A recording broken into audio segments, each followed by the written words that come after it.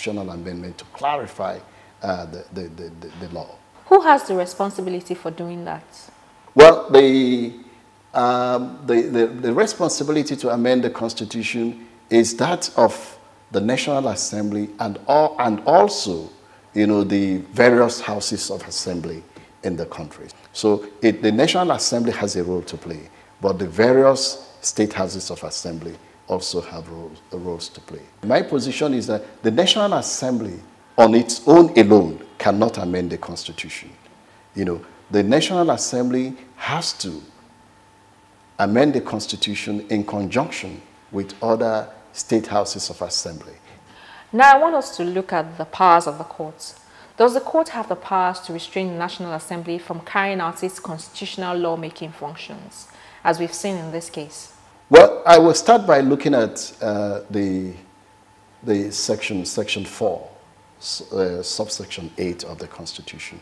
That provision subjects the judicial powers of the National Assembly to the legislative powers of the National Assembly to judicial scrutiny. And also, the Supreme Court has held in the case of Inokoju and Adeleke that the acts of the legislative branch of government can be scrutinized by the court. But having said that, the question for me is whether the action in itself, whether the action is premature, the action in respect of which the order of injunction has been given. In my view, I believe that the act is premature because the National Assembly has not, the bill has not been passed into law. I would have thought that it is after the bill that has been passed into law that its constitutionality, can be challenged.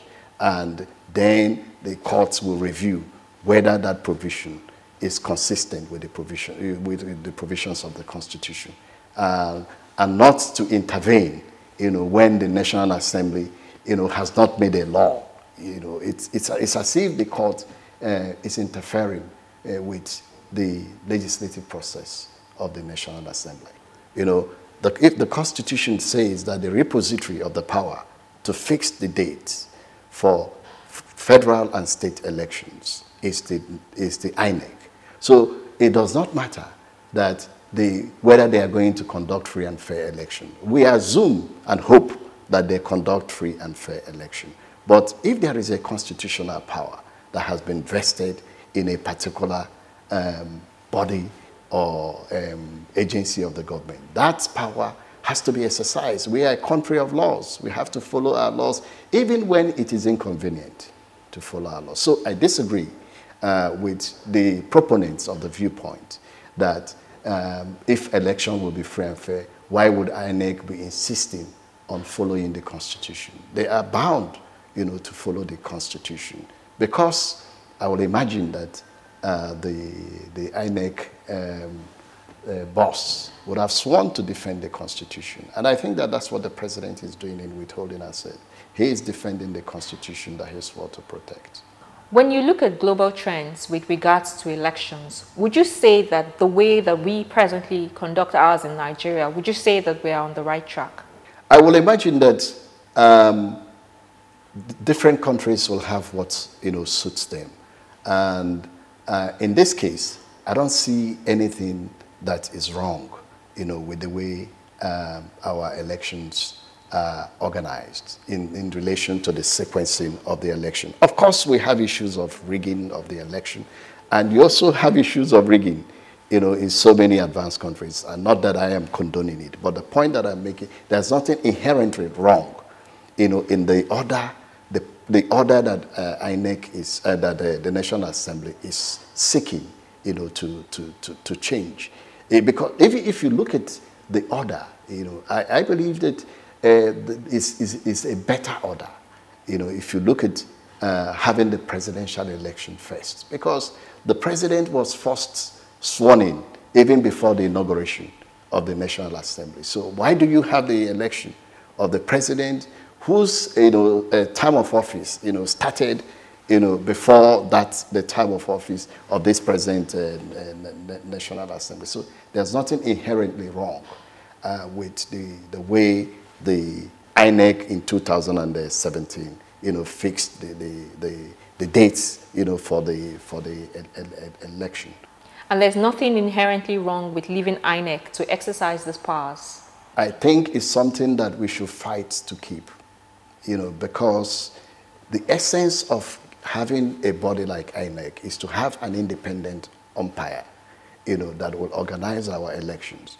But if you have political interference, with our elections in a manner that we are about to see, it will mean that there will be some advantages, that INEC that is in a best position to see.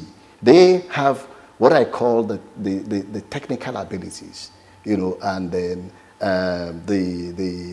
what I call the specific knowledge that you need to determine the propriety of when to hold election. It fits into the internal mechanics of their working and their experience. So INEC is better equipped than the National Assembly to determine the sequence and the date. I also want to make it clear, I don't think that in fixing the dates for the federal and state election, INEC is bound to seek directives or take directives from the president. INEC is not bound. The Constitution has given INEC the power to independently, determine the date. And I believe that the sequence of the election and the dates of the election are inextricably intertwined, that there is no way you can begin to separate the two.